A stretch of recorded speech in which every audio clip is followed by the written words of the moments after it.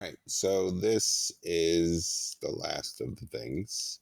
And it's a real quick one. This is basically putting everything together that we've already talked about.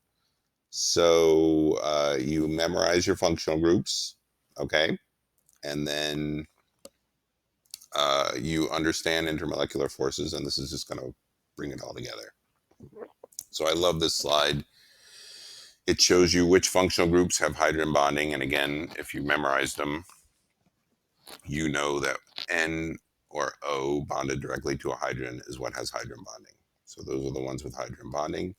The boring ones, the dispersion, have no exciting atoms, just carbon and hydrogen. So those are just dispersion. Everything else has dipole-dipole. So basically, once you see an oxygen, once you see a sulfur, anything that's not carbon, it definitely has dipole-dipole. If it's bonded directly to an H, the N or the O, then there has to be hydrogen bonding. So the forces, and we discussed this already, if you have a lot of forces, you're going to have a high boiling point. If you don't have a lot of forces, you're going to have a low boiling point, and things are going to exist as gases and whatnot, or liquids already.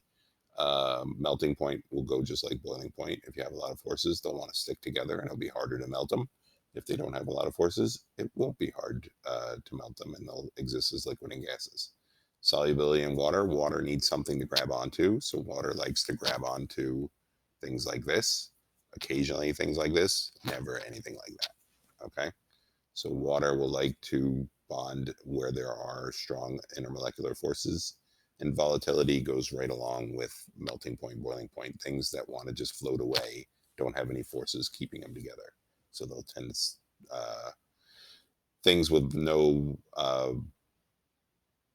intermolecular forces will be volatile. All right, so of these two, which one has the lower temperature? Now, we discussed this actually doesn't do anything with what we just talked about, but the lighter something is, the lower the temperature um, to keep it together, right?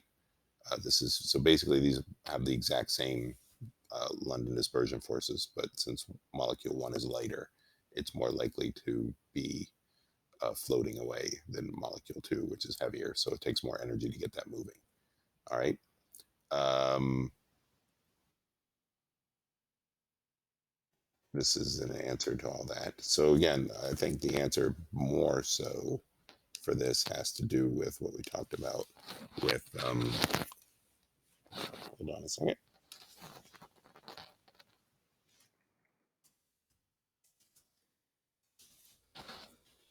All right, so this has more to do with this, right? The more energy you have to put into something to get it moving to be a gas, the higher the boiling point, the more it wants to be a solid. So if we have this and it doesn't take much heat to make it break apart, then obviously nothing was really keeping that together, right? The more energy it takes to make something become a gas because they're stuck.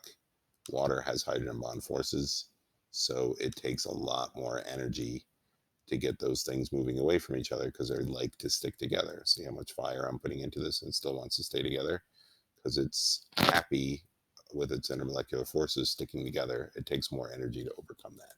I think that's more important than any of this stuff. So higher, should probably have saved that like that. All right. So more mass makes it harder to move around. Um, so this is harder to move than this. Okay. Um, what about these two? All right. The main difference here is that one has an alcohol group and this one doesn't. Hopefully by now you realize alcohol means, right, hydrogen bonding. Hydrogen bonding means it wants to stick. Because it wants to stick, will it want to leave and become a gas? No, it wants to stick together. So this would be more likely to become a gas. This would be more likely to stick together. All right. How about this one? Boring, nothing going on. Sulfur, exciting, right? So this will have dipole, dipole. This is just going to be London. London is basically like the same as nothing. Weight wise, they're going to be about the same. So dipole, dipole is going to make this stickier, stronger intermolecular forces. Soluble in water, maybe. Okay. I say maybe because that's not always going to be the case. So there's the reasons for that. And that's all there is. All right. So this is just sort of bringing it all together. Um, we talked about this. We did this lab already with this, so hopefully this is a repeat of all that. But boiling point, right, means more energy to make it become a gas. Melting point means more energy to make it a liquid. If things are sticky, they need more energy. If they're not sticky, they need less energy. Solubility of water, water needs something to grab onto, right? So looking at this stuff, here's something for water to grab onto. It's looking for right, oxygens, nitrogens. Water wants to grab onto something. Um, these are boring. Water's not going to want to grab onto those. All right, that was a quick one. And we're done with this unit.